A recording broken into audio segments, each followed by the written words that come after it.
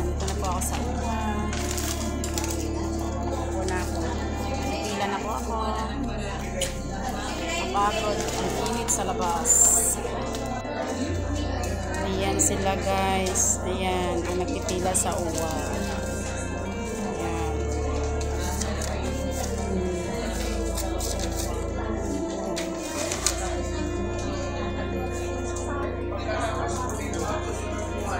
Hintay pa kami.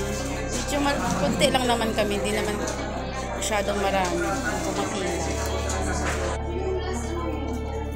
Ganito kami dito. Pumipila kami sa embassy ng Kuwait.